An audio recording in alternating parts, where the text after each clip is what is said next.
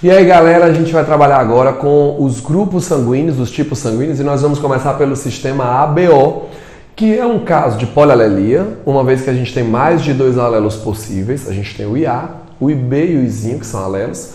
É um caso de codominância. O IA e o IB são genes codominantes, os dois se manifestam em heterozigose.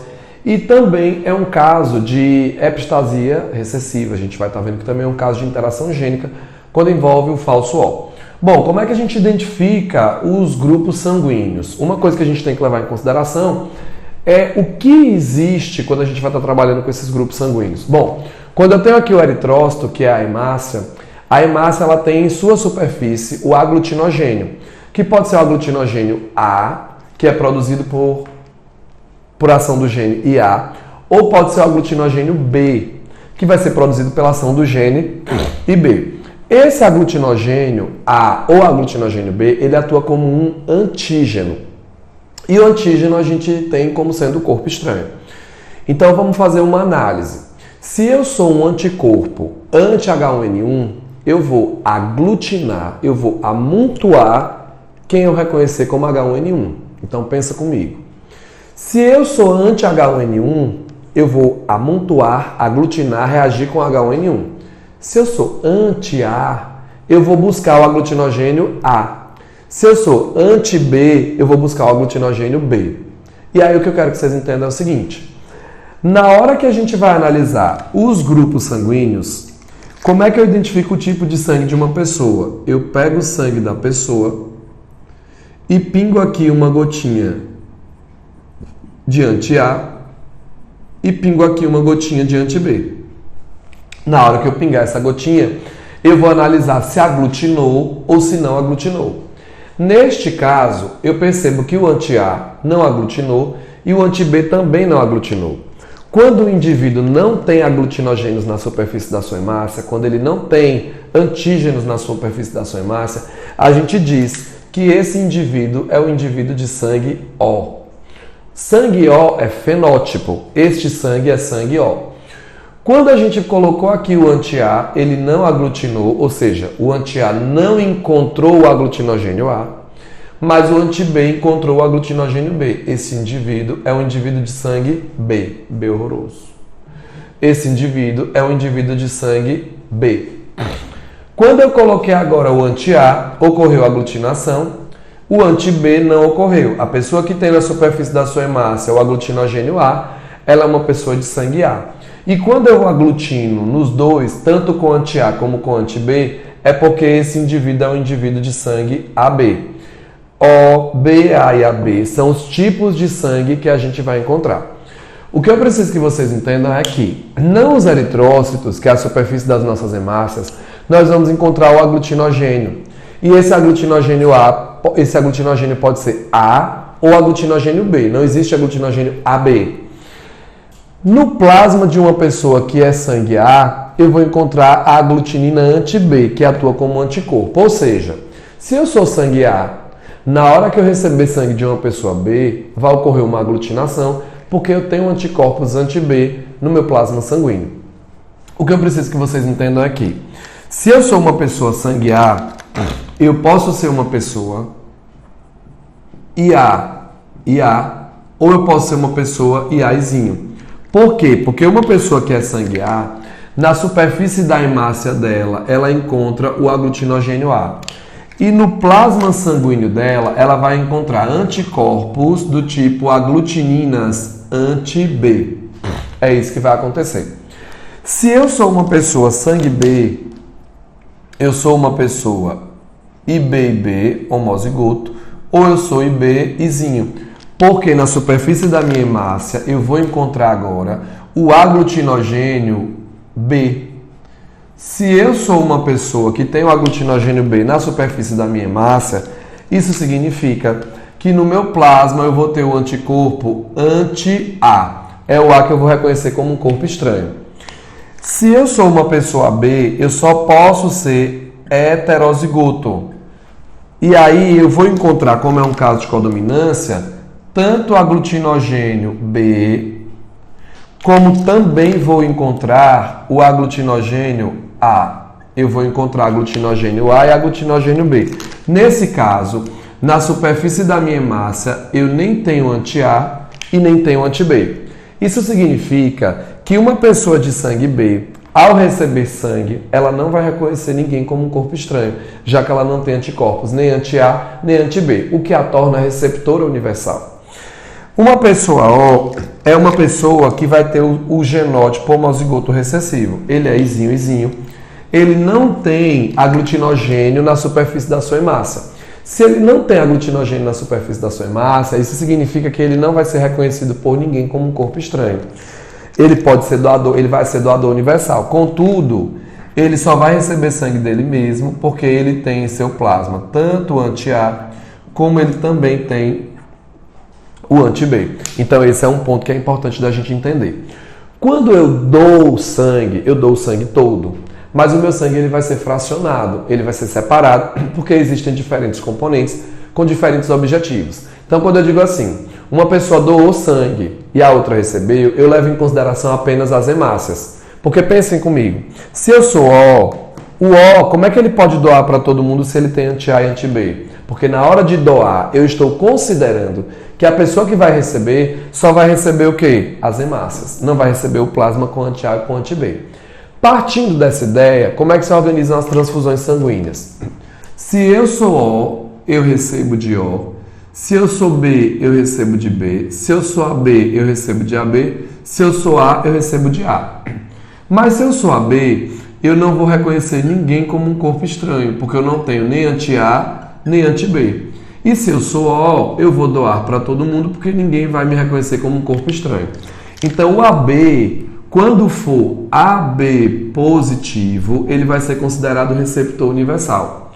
O O, quando for O negativo, ele vai ser considerado o doador universal. Continuando falando sobre o sistema BO, é importante entender que o sistema BO também é utilizado para exclusão de paternidade. Ele não pode dizer quem é pai de quem, mas ele é utilizado para exclusão de paternidade. Então, por exemplo, na hora que a gente vai trabalhar aqui com um casal, com dois casais que estejam alegando ser pais de uma criança, vamos supor que a gente tem aqui uma situação onde uma criança é O e dois casais de pais estão contestando a paternidade da criança. Eu tenho aqui o casal 1 e eu tenho aqui o casal 2. Gente, o casal 1, um indivíduo é AB, o outro é O. O casal 2, um é A e o outro é B. Gente, qual dos casais eu posso excluir a paternidade? Aí eu preciso que vocês entendam o seguinte. Se a criança é O, ela é Izinho. Se o casal 1 é AB, eu tenho aqui A e B, que vai cruzar com Izinho. O casal AB, eu sei que o casal A e B, eu sei que tem um IA pelo menos e um IB. Vejam, desses dois casais, qual é o que eu posso excluir a paternidade? O casal 1. O casal 1 só pode ter filho A ou filho B. Jamais teria condições de ter uma criança O. Já o casal 2, sendo heterozigóticos, eu vou ter condição deles gerarem uma criança O. Então, uma outra aplicação do sistema BO é que o sistema BO trabalha com a exclusão de paternidade. Um outro ponto relacionado ao ABO que vale a pena a gente destacar é o seguinte. Imaginem vocês que a gente está diante de um caso e que nesse caso eles dizem o seguinte: considere um casal AB, e eles dizem pra gente: considere um casal AB cujo filho não possui hemácias aglutinadas, nem por anti-A, hemácias não aglutinadas,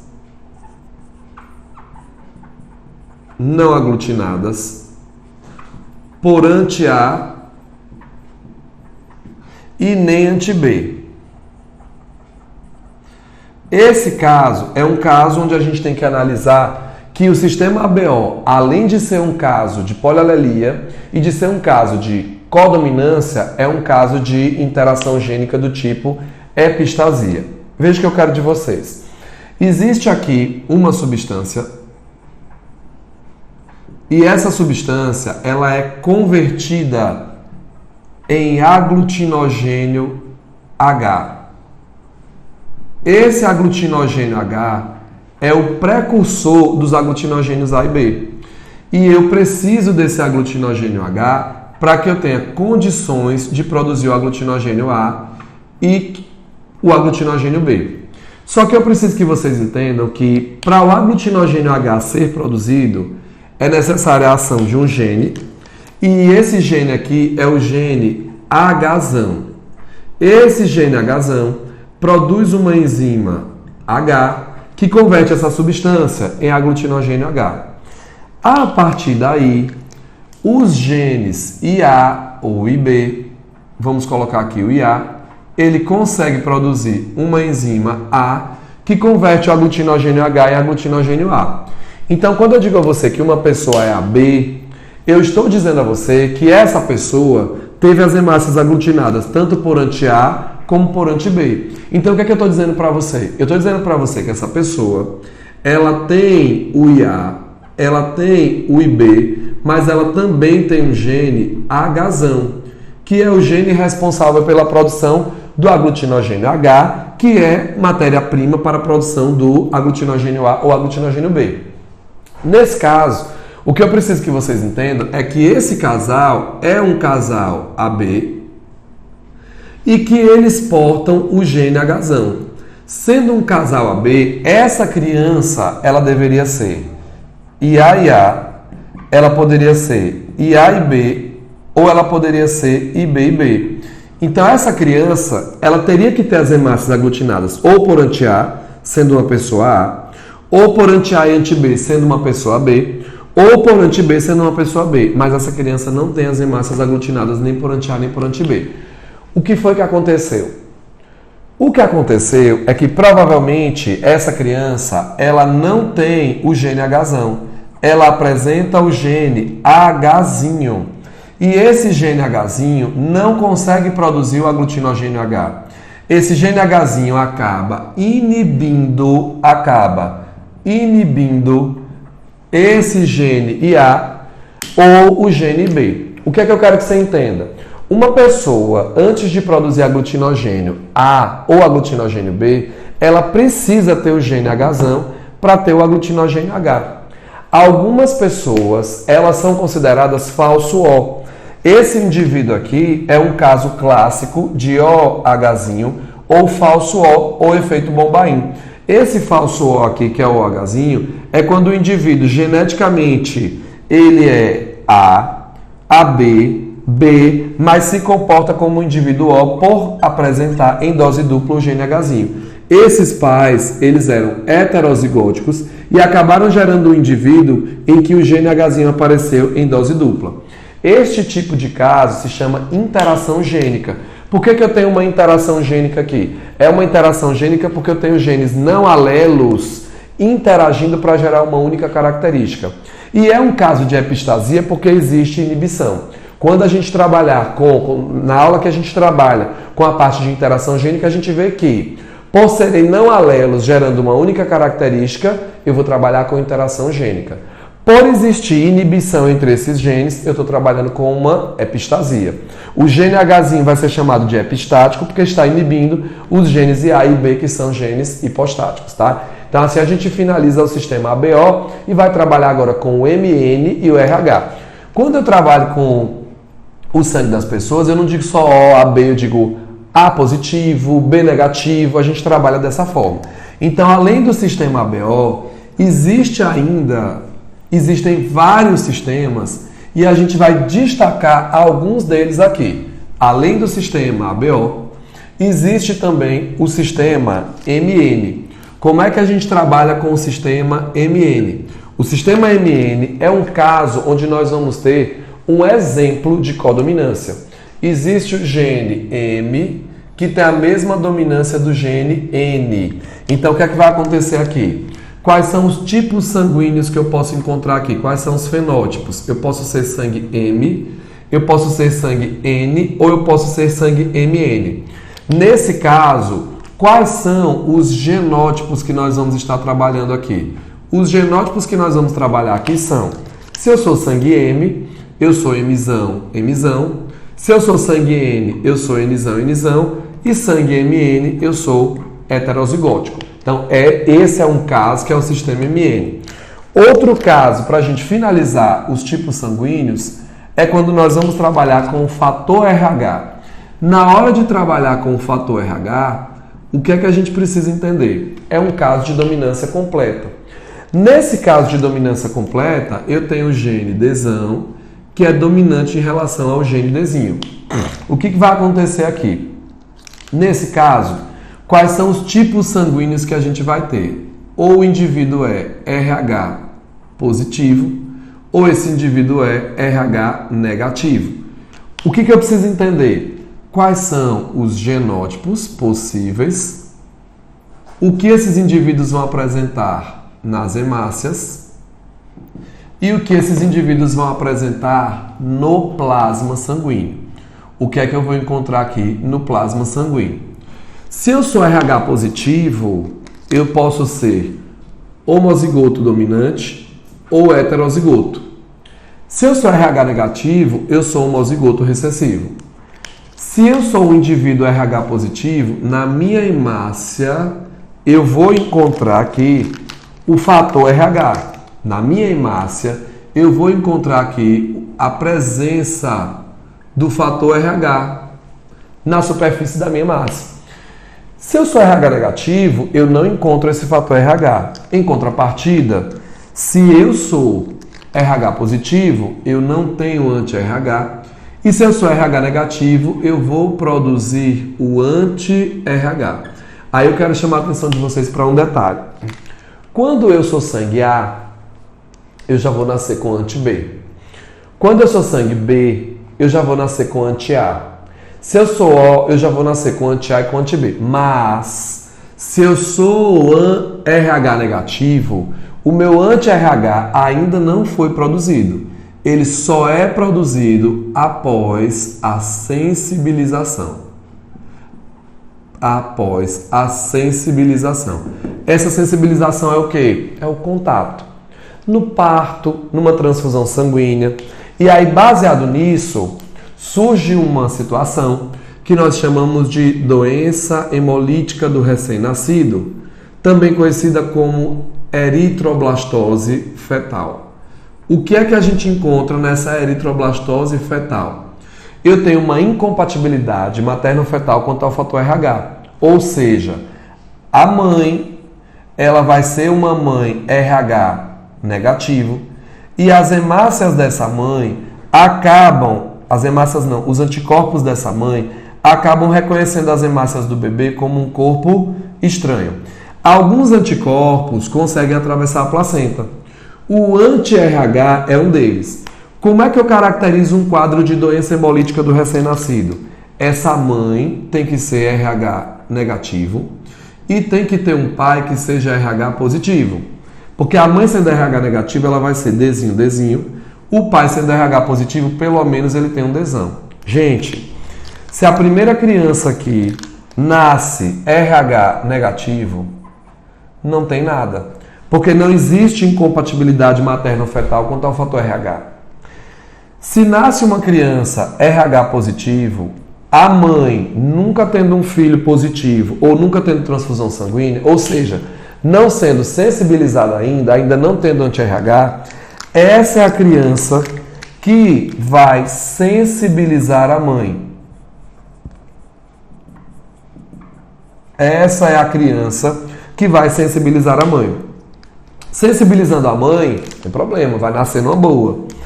Se o próximo filho for RH negativo, não tem nenhuma incompatibilidade materno-fetal quanto ao fator RH. Mas a próxima criança RH positivo, ela vai ter problemas. Ela vai ter a doença hemolítica do recém-nascido. Por quê? Porque nessa criança, os anticorpos anti-RH da mãe atravessam a placenta e começam a aglutinar. Aí a criança vai ter as hemácias destruídas, vai liberar eritroblastos, que são as hemácias ainda jovens, não amadurecidas, para a corrente sanguínea antes da hora. Então eu vou encontrar eritroblastos na circulação. Nasce com icterícia, que é amarelado, então nasce com esse problema todo. Quando é que eu tenho uma criança portadora da eritroblastose fetal? Quando ela é RH positivo e a sua mãe RH negativo já está sensibilizada, portando os anticorpos anti-RH. Aí essa criança nascendo com essa doença, a gente vai ter todo um cuidado, um tratamento especial para poder a criança não morrer, e existem os mecanismos para evitar, né? Imunossupressores, o estudo da genealogia da família, várias situações onde a gente pode evitar, e até mesmo casos naturais, onde, por exemplo, a mãe é A, a criança é B, e aí essa hemácia B positiva, antes de sensibilizar a mãe que é negativa, já vai ser destruída, não vai dar nem tempo de sensibilizar. Então são várias situações. O mais importante para as questões de prova é eu entender o contexto em que se dá a eritroblastose fetal. É uma mãe negativo que tem um filho positivo, mas para esse filho ter a doença, a mãe já tem que ter sido sensibilizada, porque o anti-RH só é produzido a partir da sensibilização. Então, gente, essa foi nossa aula sobre grupos sanguíneos, né? Espero que vocês tenham entendido direitinho, gostado. Inscreve no canal, curte o vídeo e é isso.